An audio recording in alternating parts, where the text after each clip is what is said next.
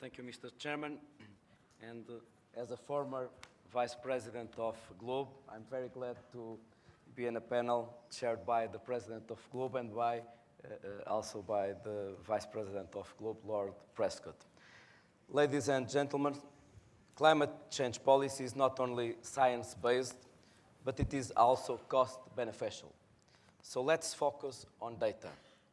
The IPCC confirmed on the fifth assessment report that the warming of the climate system is unequivocal.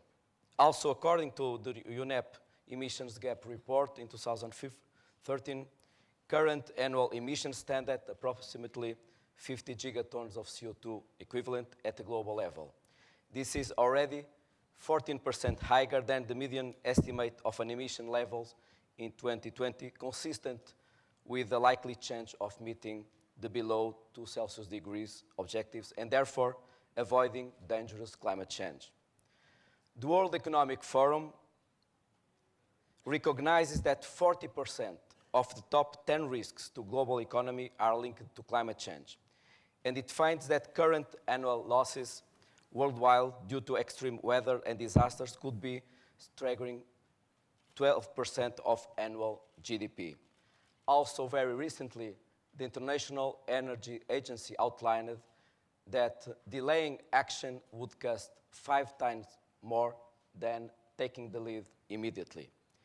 It's time to reflect on these numbers, consider the impacts, and set out our course in order to achieve substantial reductions in greenhouse gas emissions. A diverse set of complementary policies and measures will be essential to mobilize investments and to realize a low-carbon economy. On the other hand, all countries and communities need to make development decisions that factor in a range of risks, including those associated with climate change.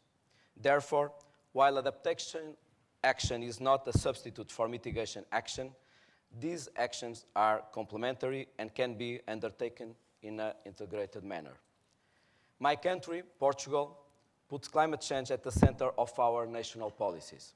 We are simultaneously one of the EU countries most affected by climate change impacts, and we are also, according to the renewable energy resources available on water, wind, solar, biomass, geothermal, and waves, and to the investments made on R&D, capacitation, and infrastructures, one of the countries that can benefit more on jobs and competitiveness from a clear commitment on a low-carbon economy.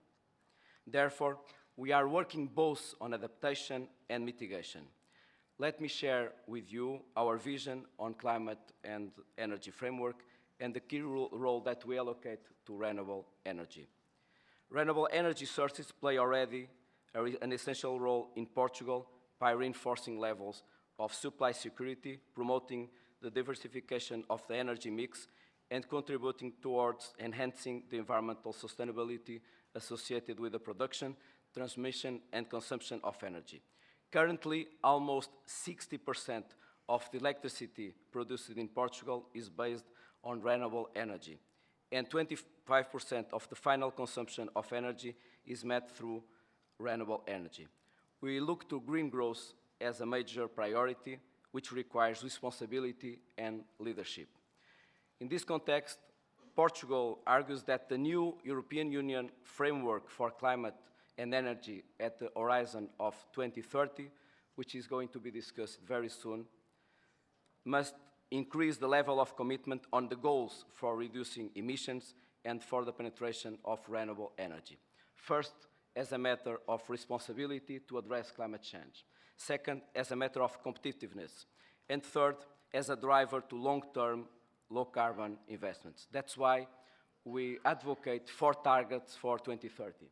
First, a target on CO2, minus 40% by 2030, a target on renewable energy, 40% by 2030, a target on energy efficiency, minus 30% energy consumption by 2030, but also a target on energy interconnections of 25% of capacity installed by 2030.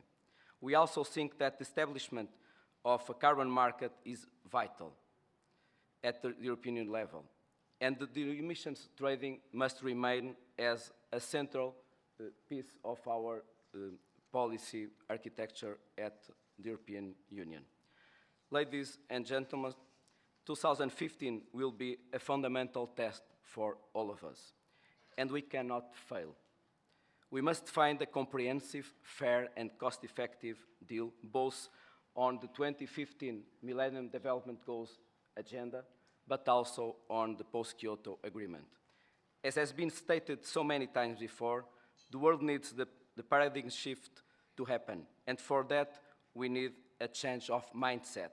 This is about political will, but it can only happen if leaders are on board.